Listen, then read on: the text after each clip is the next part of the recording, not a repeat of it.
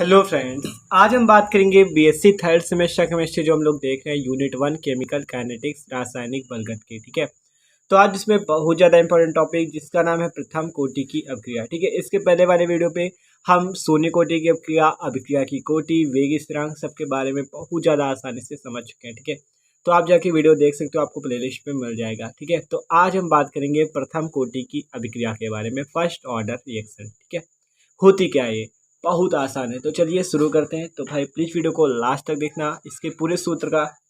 ठीक है, देख सकते हो इसके पूरे सूत्र का आज हम लोग निगमन करने वाले प्रथम कोटि की अभिक्रिया के। ठीक है, तो बहुत ज़्यादा आसान है ये। तो चलो बात करते हैं प्रथम कोटि की अभिक्रिया की, फर्स्ट ऑर्डर रिएक्शन। तो देखो ये होती क्या है, पहले थोड़ी पढ़ो। कह रहा है वह अभिक्रिया जिसकी दर एक अभिकारक की सांद्रता के अनुक्रमानुपाती होती है प्रथम कोटि की अभिक्रिया कहलाती है। क्या बात हुई, वह अभिक्रिया मतलब ऐसी रिएक्शन जिसपे क्या हो, जिसकी दर दर दर कह सकते हो या वेग कह सकते हो या इंग्लिश पे कह सकते हो रेट। ठीक है, जिसकी रेट जो हो अभिकारक की सांद्रता, ठीक है, जो आपका अभिकारक रिएक्टेंट होता है उसकी सांद्रता के क्या हो अनुक्रमानुपाती हो, तो वो क्या कहलाती है आपकी, वो आपकी प्रथम कोटि की अभिक्रिया कहलाती है। तो देखो कैसे, देख सकते हो, आपको पता है कोई भी रिएक्शन होती है तो उस पर क्या होता है, रिएक्टेंट होता है मतलब अभिकारक होता है, और उससे क्या बनता है, प्रोडक्ट बनता है, उत्पाद बनता है। ठीक है, अभिकारक से क्या बनता है, उत्पाद बनता है।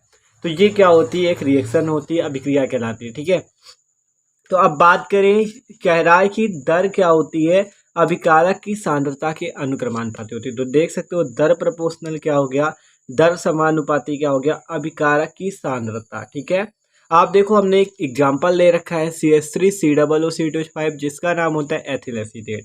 क्या नाम होता है, एथिल एसीटेट। अब इस एथिल एसीटेट की क्रिया हम लोग किससे करेंगे, H2O से। जब H2O से इसकी क्रिया करेंगे तो क्या होगा, देखो यहाँ से ये CH3COO, देख सकते हो यहाँ पे CH3COO। ठीक है, CH3COO, और यहाँ से एक हाइड्रोजन मिलकर एसिटिक अम्ल बना लेगा, और C2H5OH आपका एथिल अल्कोहल अलग निकल जाता है। ठीक है, अब इस अभिक्रिया की हम कोटि की बात करेंगे कि किस कोटि की अभिक्रिया है। ठीक है, तो उसके लिए आपको भाई पहले वाला वीडियो देखे होने चाहिए, तभी आप इसकी कोटि निकाल सकते हो। ठीक है, तो जब कोटि निकालनी होगी तो देखो हम क्या फॉर्मूला लगाएंगे, दर प्रोपोर्शनल पे लिखेंगे इसकी घात 1। क्यों इसकी घात 1 लिखेंगे, क्योंकि हमें पता है H2O की 0 होती है और गैस की 0 होती है। ठीक है, तो इसके पहले वाला वीडियो आप चेक कर लीजिएगा। देखो यहाँ पे हम क्या करेंगे, CH3COO C2H5 जिसकी कितनी घात होगी, 1, तो इसकी कोटि कितनी हो जाएगी, 1। ठीक है, तो ये कौन सी कोटि की अभिक्रिया होगी, प्रथम कोटि की। हमने इसको क्यों नहीं काउंट किया, क्योंकि आपको किसी भी रिएक्शन पे H2O की 0 रखनी होती है, और अगर कोई गैस है तो उसकी भी 0 रखनी होती है। ठीक है, जैसे N2+H2 वाली है तो N2 गैस है तो इसकी 0 रखोगे। ठीक है, तो ये बात होती है। तो इसकी दर प्रोपोर्शनल में क्या आया, CH3COO C2H5 की पावर 1। ठीक है, तो 1 आया तो इसकी घात कितनी, 1। तो किस कोटि की अभिक्रिया, 1। तो एक कोटि मतलब प्रथम कोटि की अभिक्रिया। तो देख सकते हो आप एग्जांपल ये वाला देख सकते हो, CH3COO C2H5 का जल अपघटन करने पर एसिटिक अम्ल और एथिल अल्कोहल बनता है। निम्न अभिक्रिया कौन सी अभिक्रिया, प्रथम कोटि की अभिक्रिया है। और आपसे कहा गया कि प्रथम कोटि की अभिक्रिया कौन सी होती है, वह अभिक्रिया जिसकी दर जो हो, दर या वेग अभिकारक की सांद्रता के क्या हो भैया, समानुपाती हो। ठीक है, तो वो अभिक्रिया कैसी कहलाती है, प्रथम कोटि की अभिक्रिया कहलाती है। तो ये बात होती है। अब हम इसके सूत्र का निगमन करेंगे। ठीक है, देखेंगे प्रथम कोटि की अभिक्रिया का समीकरण निकाला कैसे जाता है, बहुत आसान है। ठीक है, तो चलो निकालते हैं। देखो आप, हमने क्या लिया, रिएक्टेंट जिससे बना प्रोडक्ट, तो रिएक्टेंट से प्रोडक्ट बन रहा है। ठीक है, अब बात करें, देखो अभी हमने, मान लो कोई रिएक्शन है तो उस पे पहले क्या होता है, केवल रिएक्टेंट होता है। देखो अगर मान लो कुछ शुरू हुई है आपकी, आप देखो जैसे नाइट्रोजन और हाइड्रोजन हमने लिया है, मिलाया, तो अभी तो केवल नाइट्रोजन और हाइड्रोजन ही है हमारे पास, हमारे पास अमोनिया तो रखा नहीं बन के। तो अभी क्या है, केवल नाइट्रोजन और हाइड्रोजन। तो टाइम क्या है अभी, 0। तो टाइम बराबर 0 में जो अभिकारक, ये क्या है, अभिकारक। अब हमें क्या बनाना है, उत्पाद। तो ये जो अभिकारक है इनकी सांद्रता हमने मान ली क्या है, A। ठीक है, अब जब टाइम बराबर T, मान लो कुछ समय बाद जब अमोनिया धीरे धीरे बनने लगी। ठीक है, N2+H2 के मिलने से अमोनिया बनती है। जब अमोनिया धीरे धीरे बनने लगेगी तब क्या हो जाएगा, तब आपका टाइम बराबर T में अभिकारक की सांद्रता क्या हो जाएगी, A-X।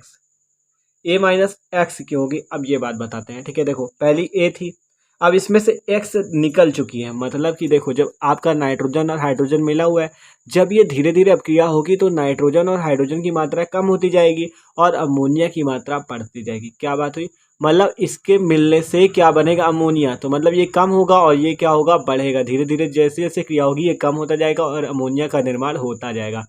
तो ये जो x मात्रा है ये क्या हो रही है, अमोनिया बन रही है, ठीक है। तो इसी कारण से जो प्रारंभिक सांद्रता थी उससे x को हटा दिया गया, ठीक है, a माइनस एक्स।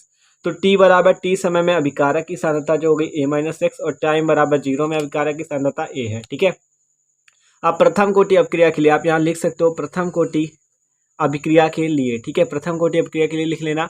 तो फिर उस पे क्या होगा, वेग प्रोपोर्शनल किसके होगा, अभिकारक की सांद्रता के, ठीक है। अब अभिकारक की सांद्रता कितनी, a माइनस एक्स, तो वेग किसके प्रोपोर्शनल में आ गया, a माइनस एक्स के, ठीक है। वेग किसके प्रोपोर्शनल में आ गया, किसके समानुपाती में आ गया, a माइनस एक्स के। आप बात करें तो वेग को हम लोग ऐसे लिख सकते हैं dx अपॉन dt, ठीक है, d by D T x, ठीक है। तो वेग को हम लोग ऐसे लिख सकते हैं, देख सकते हो, ठीक है। तो ये dx अपॉन dt लिख सकते हैं वेग की जगह, तो हमने लिख दिया dx अपॉन dt। आप जब ये प्रपोर्शनल है dx upon dt proportional a minus x आ जाएगा। अब जब इस प्रपोर्शनल के चिन्ह को हटाएंगे तो एक नियतांक आएगा, ठीक है। जब प्रपोर्शनल के चिन्ह हट के इक्वल का चिन्ह, बराबर का चिन्ह लगता है तो एक नियतांक आ जाता है। तो dx upon dt equal to क्या हो जाएगा, k और कोष्ठ में क्या है, a माइनस एक्स, ठीक है। अब ये k कौन सा प्राणी, k कौन आ गया, तो इस k को हम लोग कहते हैं वेग स्थिरांक कहते हैं, रेट कांस्टेंट कहते हैं, ठीक है। आप देखो इसे हमने कह दिया रेट कांस्टेंट। आप देखो क्या होगा, ये जो dx है और बटे में dt, इस dt को हम वहां भेज देंगे और ये जो a, ठीक है, और ये जो a माइनस एक्स है इसे नीचे कर लेंगे और dt को भेज देंगे उधर। तो dt जो है इस k से गुणा हो जाएगा, k dt हो जाएगा और dx अपॉन में क्या आ जाएगा, a माइनस एक्स, ठीक है। dx अपॉन में क्या आ जाएगा, a माइनस एक्स और dt का k से गुणा हो जाएगा, k dt। इसे मान लेंगे हम इक्वेशन नंबर 1, समीकरण नंबर 1, ठीक है। आप क्या करना है, आप बहुत आसान हो जाता है, आपको क्या कर देना है, इंटीग्रेशन कर देना है, इसका समाकलन करना है, ठीक है। समाकलन का चिन्ह होता है ये। तो अब इस पे आपको क्या लगा देना है, समाकलन का चिन्ह, integration dx upon a minus x और इंटीग्रेशन k dt, ठीक है। आप इसका जब समाकलन करोगे तब देखो आगे की विधि जो है थोड़ा मैथ्स आ जाती है इस पे। देखो आप बात करें इंटीग्रेशन लॉग 1 अपॉन एक्स, ठीक है। देखो इंटीग्रेशन लॉग 1 अपॉन एक्स का जो होता है वो होता है लॉग बेस में ई एक्स, ठीक है। बात करें इंटीग्रेशन लॉग 1 अपॉन एक्स बराबर जो होता है वो होता है लॉग बेस में ई एक्स, ठीक है, लॉग बेस में ई एक्स। आप देखो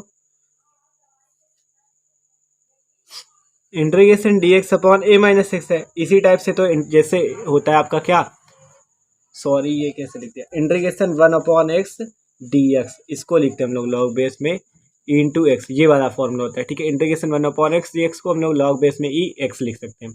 तो उसी प्रकार जब integration D x upon a minus x होगा तो उसे क्या लिख देंगे, इसी टाइप से लॉग बेस में ई, जैसे एक्स लिखा था वैसे यहाँ पे क्या लिख देंगे, यहाँ पे ए माइनस एक्स है तो आपने क्या लिख दिया, ए माइनस एक्स। देखो उसी से तुलना कर लो, integration 1 upon x d x equal to log base में ई इंटू एक्स, तो इससे क्या लिखेंगे, लॉग बेस में ई और यहाँ पे नीचे एक्स की जगह क्या, ए माइनस एक्स, तो ए माइनस एक्स लिख दिया। लेकिन देखो फर्क क्या होगा, ये जो x के साथ निगेटिव लगा है आपको इस निगेटिव चिन्ह को भी लेना पड़ेगा, या हमने नीचे भाग कर दिया -1 का, ठीक है। तो ये मैथ का कॉन्सेप्ट है, आप इतना केवल समझ लो, आपको नीचे क्या करना है, -1 लिख देना है, ठीक है। तो हमने -1 लिख दिया और उधर क्या हो जाएगा, जब k और इंटीग्रेशन में dt, देखो जब केवल इंटीग्रेशन में dt होता है, देखो आपको k को क्या कर लेना है बाहर, k को बाहर क्यों कर लोगे, क्योंकि k एक कांस्टेंट है, एक नियतांक है, ठीक है। अब ये जो इंटीग्रेशन dt इसका मान क्या हो जाएगा t, अगर इंटीग्रेशन dx होता तो उसका मान x हो जाता, अगर इंटीग्रेशन dp होता तो उसका मान p हो जाता, ठीक है। तो ये समझ सकते हो आप, इंटीग्रेशन में केवल dt है तो उसका मान t होता है, तो k बाहर हो जाएगा और dt का मान क्या हो जाएगा t, ठीक है। तो उसका मान क्या हो जाएगा t, तो k इंटू क्या हो जाएगा यहाँ पे t, यहाँ k बाहर हो गया और इंटीग्रेशन dt का मान क्या हो गया t और यहाँ पे प्लस c, ठीक है।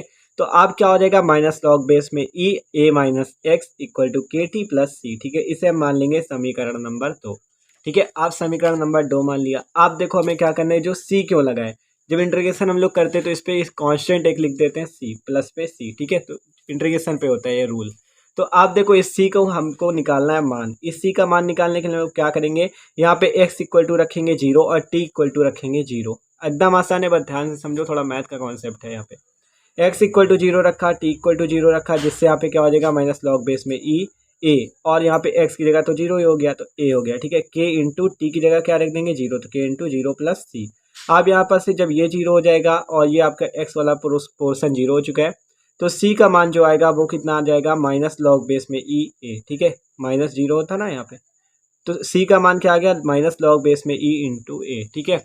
आप देखो आपको c की जगह बस यही रख देना है, यहाँ पे ये जो है समीकरण नंबर 2 पे रख दो, तो ये लिख सकते हो यहाँ पे c का मान समीकरण 2 में रखने पर, ठीक है, लिख सकते हो आप यहाँ पे सी का मान समीकरण 2 में रखने पर, तो यहाँ पे रख दो माइनस लॉग बेस में ई ए minus x equal to k T, और यहाँ सी की जगह क्या रख दोगे माइनस लॉग बेस में ई इंटू ए। ठीक है, अब ये रख दिया। आप देखो क्या होगा, ये इतना आ चुका है हमारे पास। अब ये जो के टी है यहाँ देख सकते हो ये चिन्ह यहाँ पे माइनस का, अब हम इसे ले जाएंगे इधर, जिससे क्या हो जाएगा प्लस का। तो के टी इक्वल टू क्या हो गया माइनस लॉग बेस में ई इंटू ए, जो इधर माइनस का था वो इधर आ गया तो प्लस का हो गया, और माइनस लॉग बेस में ई ए माइनस एक्स हो गया। ठीक है, अब आपको एक फॉर्मूला पता होना चाहिए, लॉग का फॉर्मूला है log m minus log n. ठीक है, log m minus log n का जो फॉर्मूला होता है लॉग एम अपॉन एन होता है। ठीक है, आपको बगल में ऐसे फॉर्मूला दिखाई दे रहे हैं कि आपको दिक्कत ना हो। ठीक है, क्योंकि मैथ की कॉन्सेप्ट यहाँ पे यूज हो रहे हैं। ठीक है, तो लॉग एम अपॉन एन क्या होता है log m minus log n होता है, तो उसी प्रकार से लॉग ए माइनस लॉग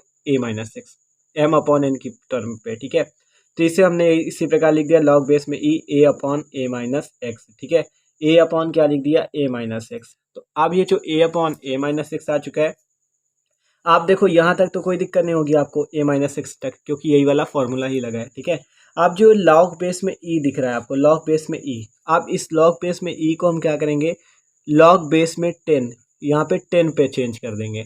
10 पे चेंज करने के लिए क्या होता है 2.303 का गुणा हो जाता है। ठीक है, देख सकते हो लॉग बेस में ई इंटू एक्स, मतलब नीचे यहाँ पे बेस में ई हो, इसे हमें किस पे चेंज करना है बेस पे 10 पे, तो हमें क्या करना होता है 2.303 का गुणा करना होता है। ठीक है, तो हम क्या कर देंगे यहाँ पे के टी इक्वल टू हो जाएगा 2.303 लॉग बेस में 10, और यहाँ पे क्या आ जाएगा जो आगे का था वही सिंपल लिख दो ए अपॉन ए माइनस एक्स। ठीक है, मतलब हमने किया क्या यहाँ पे देख सकते हो आप, यहाँ पर लॉग बेस में जो था पहले ई था, हमने केवल क्या कर दिया ई को 10 पे चेंज कर दिया और 2.303 का गुणा कर दिया। ठीक है, यहाँ पे लॉग बेस में 10 का गुणा कर दिया, तो क्या हो गया आप देखो यहाँ पे क्या आ चुका है k t equal to 2.303 log base में 10 a upon a minus x. अब ये जो आपका टी है और के है, आप यहाँ पर से के का भी मान निकाल सकते हो टी का भी मान निकाल सकते हो।